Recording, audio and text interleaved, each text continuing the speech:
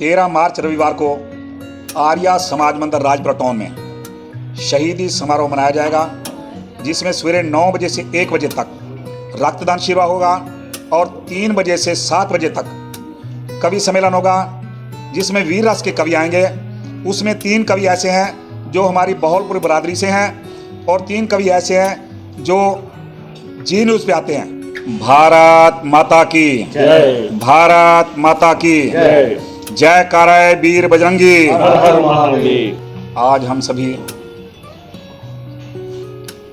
शहीद सत्यप्रकाश प्रभाकर जी के शहीदी दिवस के उपलक्ष्य में ये प्रेस वार्ता कर रहे हैं। और सत्यप्रकाश जी प्रभाकर बाल्यकाल से ही राष्ट्रीय स्वयंसेवक संघ से जुड़े हुए थे और यहाँ पर नगर कौंसिल के प्रधान भी रहे और एक जुझारू कार्यकर्ता थे।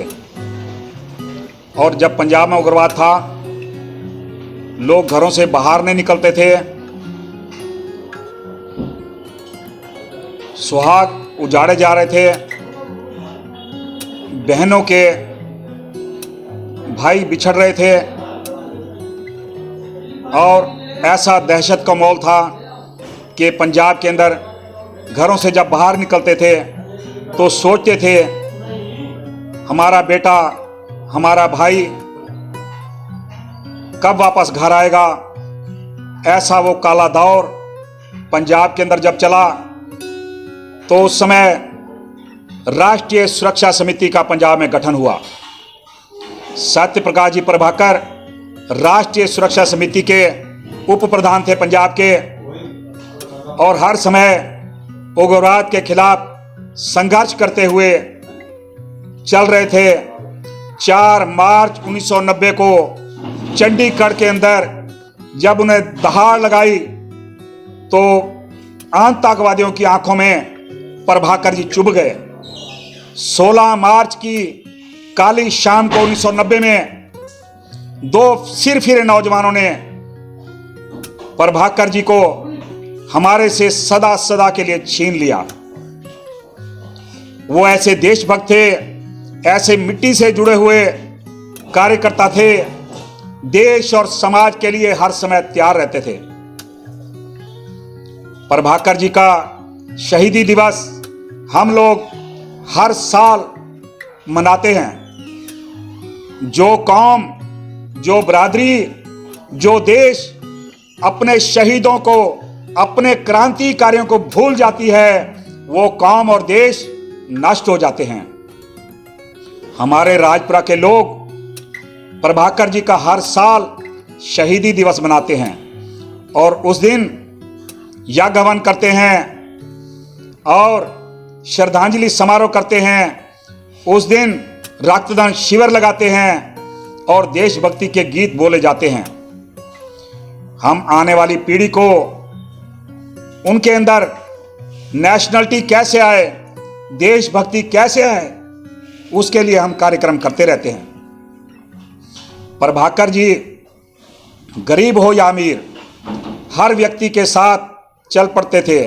उसका कोई भी काम हो, हर समय तटस्थ रहते थे।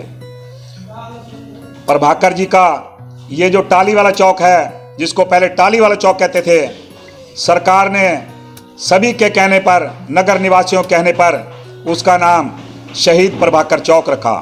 आज उनका वहाँ पर स्टैचू बना हुआ है। तो हम आज इसलिए प्रेस कॉन्फ्रेंस कर रहे हैं कि अभी 13 तारीख जो रविवार आना है, उस दिन एक बहुत बड़ा कार्यक्रम रखा है। इसलिए हम आप सबको यहाँ पर बुलाया है, आपसे बेनती करने के लिए कि आप शहीदी समारोह के बारे में सारे समाज तक ये बात पहुँचाएं। 13 मार्च रविवार को सुबह 9 बजे से 1 बजे तक रक्तदान शिविर होगा और 3 बजे से 7 बजे तक कवि सम्मेलन होगा। जो कवि वीर रस के कवि हैं, जो हमारे अंदर देशभक्ति की भावना पैदा करते हैं, ऐसे कवि राजपुरा की धरती पर आएंगे।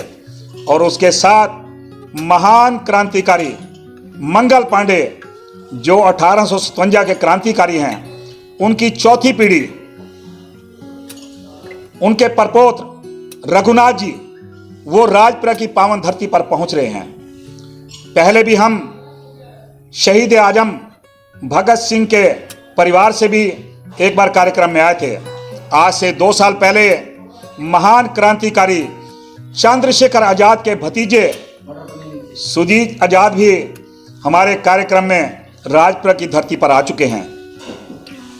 हम ये महावीर क्रांति सेवा संघ के कार्यकर्ता हमने ये सोचा है कि देश में जहां भी संपर्क हमारा होगा, उन क्रांतिकारियों के परिवार से उनके वंशज राजपुरा में बुलाकर राजपुरा की पावन धरती को पवित्र भी करेंगे, और जो हमारी जनरेशन है उनको पता लगे कि हमारे क्रांतिकारी देश के लिए क्या कर गए।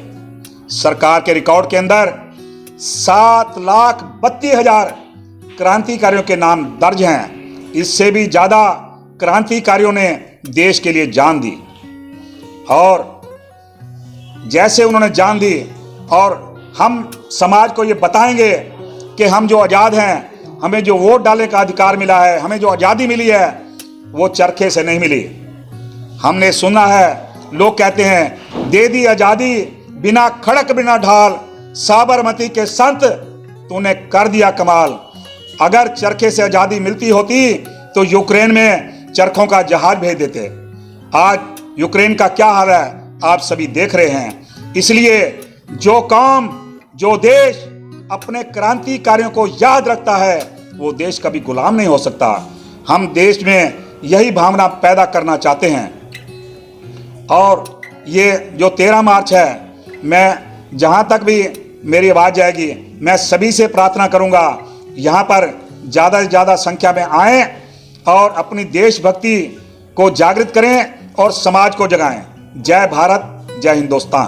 चक्रवर्ती जी, एक कुछ दिन पहला श्रोमणी अकाली दल ਅੰਮ੍ਰਿਤਸਰ ਦੇ ਜਿਹੜੇ ਪ੍ਰਧਾਨ ਨੇ ਸਿਮਰਜੀਤ ਸਿੰਘ ਮਾਨ, ਉਹਨਾਂ ਦਾ ਬਿਆਨ ਆਇਆ ਸੀ ਕਿ ਯੂਕਰੇਨ ਦੇ ਵਿੱਚ ਜਿਹੜੇ ਬੱਚੇ ਨੇ ਤੇ ਉਹ ਉੱਥੇ ਹੀ ਰਹਿ ਕੇ ਮੁਕਾਬਲਾ ਕਰਨ। ਤੁਸੀਂ ਕਿੰਨਾ ਕੁ ਵਾਜਬ ਸਮਝਦੇ ਹੋ ਜਿਹੜੇ ਇੰਡੀਅਨ ਬੱਚੇ ਨੇ? देखो जी, आज हमारा जो देश है, हमारा जो तिरंगा है, उसकी वैल्यू ये विद्यार्थियों को पता लगी है। भारत के पासपोर्ट की क्या वैल्यू है ये उनको पता लगी है। घर बैठ के बात करना अलग बात है, जब तक आप अपने जीवन में नहीं उतारते। क्या मान साहब अपने बच्चे को वहाँ पर भेजेंगे? क्या मान साहब वहीं जाएंगे? अब वहाँ पर वीजे की ज़रूरत नहीं है, क्या वो जाएंगे? मैं आपके माध्यम से उनसे बात पहुँचाना चाहता हूँ, क्या वो जाएंगे? उनसे पूछिए। जब हमारा देश है, हम तो कहते हैं अपने देश में काम करो, वहाँ पर गए हैं तो सुरक्षित लाना भारत का काम है। और जैसे भारत लाया, क्या आप बताइए पूरी दुनिया के अंदर ऐसा कोई देश है जो बच्चों का ऐसे बचा के ले आ रहा है? भारत सरकार का मैं धन्यवाद करता हूँ जिन्होंने अपने मंत्री वहाँ पर जमीन पर उतार दिए और एक एक बच्चे को सुरक्षित ला रहे हैं।